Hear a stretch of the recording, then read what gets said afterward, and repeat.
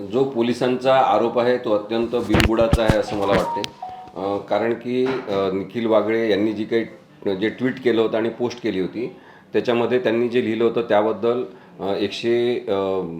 153A गुन्हा बसत नाही तरीसुद्धा पोलिसांनी त्यानुसार गुन्हा दाखल केलेला आहे. कोणीतरी देवधर म्हणून आहे, त्यांच्या तक्रारीवरून तो गुन्हा दाखल झालेला आहे. मग जर गुन्हा दाखल झालेला आहे तर ती केस कोर्टात चालवावी, कोर्टामध्ये न्याय मागावा, कोर्टामध्ये त्याबद्दल आर्ग्युमेंट करावं, युक्तिवाद करावा आणि निखिल वागळेंचं चूक असेल तर ते सिद्ध करावं कोर्टामध्ये. ही साधी न्यायालयीन प्रक्रिया असते आणि कायद्यामध्ये सुद्धा तेच अपेक्षित आहे. असं असतानासुद्धा आम्हीच पोलीस तक्रार दाखल करणार, पोलीस पण आमचेच असणार, आम्हीच सांगणार त्याप्रमाणे पोलीस वागणार. ही जी अरेरावी आहे आणि त्याच्या पुढची अरेरावी आहे की आम्हीच न्यायाधीश होणार आणि आम्हीच रस्त्यावर, पुण्यातल्या रस्त्यावर आम्हीच न्यायाधीश म्हणून न्याय करणार, आम्हीच यांची कार फोडून टाकणार आणि आम्हीच यांना शिक्षा करणार.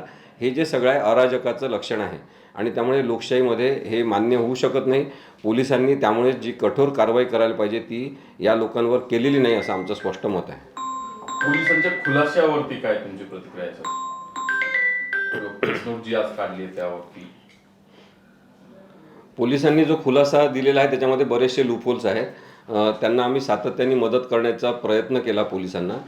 त्यांनी आम्हाला काही अटींवर, म्हणजे निखिल वागळेंना काही अटींवर त्यांनी या सभेमध्ये सहभागी होण्याची परवानगी दिलेली होती आणि त्या अटी त्यांनी पाळल्या की नाही हे भाषण झाल्यावर त्यांचं नक्की करता आलं असतं पोलिसांना. पोलिसांचे पण तिथे कॅमेरा पर्सन होते, त्यांनीसुद्धा रेकॉर्ड करून घेतलेला आहे. तर त्याची शहानिशा करून त्यांनी काय निर्णय घेतला असता तो नक्कीच चालला असता. परंतु जेव्हा त्यांनी काही अटींवर या कार्यक्रमात जाण्याची परवानगी दिली तर त्या अटींचं पालन करण्याची जबाबदारी निखिल वागळेंवर होती. पण त्यांनी त्या कार्यक्रमालाच जाऊ नये हे सांगणं हा अत्यंत चुकीचा प्रकार आहे, बेकायदेशीर आहे. कारण की प्रत्येकाला अभिव्यक्ती स्वातंत्र्य आहे. तुम्ही कोणीतरी बोलण्याच्या आधीच हा माणूस असं बोलणार तसं बोलणार असं तुम्ही ठरवू शकत नाही. आणि म्हणून पोलिसांनी जी प्रेस नोट काढली त्याच्यामध्ये लूपहोल्स असे आहे की ते माझ्या घरी आले. जवळपास 4 ते 4.5 तास पोलीस आमच्या घरी होते. त्यांनी आम्हाला हे सांगण्याचा प्रयत्न केला की निखिल वागळेंनी तिथे जाऊ नये. आम्हीसुद्धा पोलिसांना सहकार्य करण्याच्या भूमिकेतून ते समजून घेण्याचा सगळा विचार केला, सगळं समजून घेतलं, त्यांचं म्हणणं समजून घेतलं, त्यांच्या अधिकाऱ्यांचे वारंवार फोन येत होते त्यांचं समजून घेतलं. परंतु नंतर जेव्हा एक लिमिट झाली 4-4.5 तासाची तेव्हा आम्हाला वाटलं की आम्हाला जाऊ दिलं पाहिजे. तुमच्या सगळ्या अटी आम्ही मान्य केलेल्या आहे, आम्हाला जाऊ द्यायला पाहिजे.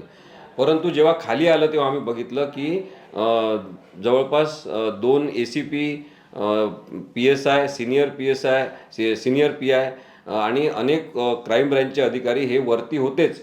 त्याशिवाय खाली जवळपास 50-60 पोलिसांना त्यांनी जमा करून ठेवलं होतं. त्यांनी असा वेढा घातला आणि वेढा घालून असं सांगण्याचा प्रयत्न केला की तुम्ही बाहेर पडायचं नाही. आता त्यावेळेस जर तुम्ही परवानगी दिलेली आहे कार्यक्रमासाठी, जर तुम्ही विशिष्ट अटी लादलेल्या आहे तर तुमचं, म्हणजे पोलिसांचं हे काम आहे की त्यांनी सुरक्षेसह निखिल वागळेंना तिथे घेऊन जायला पाहिजे होतं. परंतु तसं न करता जेव्हा आम्ही ठरवलं की आम्हाला जायचं आहे, निखिल वागळे सरांनी सांगितलं की मला जायचंच आहे कार्यक्रमाला, तुम्ही माझी अभिव्यक्ती दाबू शकत नाही, आणि आम्ही कारमध्ये बसलो तेव्हा कोणत्याही पोलिसांनी संरक्षण न देता ती गाडी जाऊ दिली. सुदैवाने क्राईम ब्रँचचे साध्या वेशातले पोलीस त्यांनी मात्र आमच्या मागे ठेवले आणि ते कदाचित देखरेख ठेवण्यासाठी फक्त ठेवले की काय अशी शक्यता आहे. कारण की त्याच पोलिसांच्या उपस्थितीमध्ये आमची गाडी फोडण्यात आली, हमला करण्यात आला, अंडे फेकण्यात आले, शाई फेकण्यात आली, काचा फोडून त्याच्यामधून रॉड घालून काय म्हणतात जीव घेण्याचा प्रयत्नसुद्धा झाला. त्याच वेळेस पोलिसांनासुद्धा मारहाण होत आहे बाहेर, हे आम्ही बघितलं. साध्या वेशातल्या पोलिसांना यांनी सरकारी कामामध्ये, पोलिसी कामामध्ये अडथळा आणण्याचा प्रयत्न या सगळ्या गुंड भाजपच्या आणि अजितदादा पवार गटाच्या, राष्ट्रवादीच्या लोकांनी केला. याबद्दल पोलिसांनी काहीच दखल न घेणं आणि कोणती कारवाई न करणं हे चुकीचं आहे. पूर्ण घटनाक्रम हा अशा पद्धतीचा आहे. आणि त्याच्यानंतरसुद्धा पोलिसांनी डेक्कनवरून गाडी रिव्हर्स घ्यायला सांगितली. ते जे म्हणतात त्यांच्या प्रेस नोटमध्ये की आम्ही मार्ग ठरवून दिला असता, आम्ही मार्ग ठरवून दिला, त्यांनी वेळेवर वेगळा मार्ग, आम्ही तसं काही वेगळा मार्ग ठरवला नाही. त्यांनी आम्हाला सांगितलं की डेक्कन म्हणजे खंडूबाबा चौक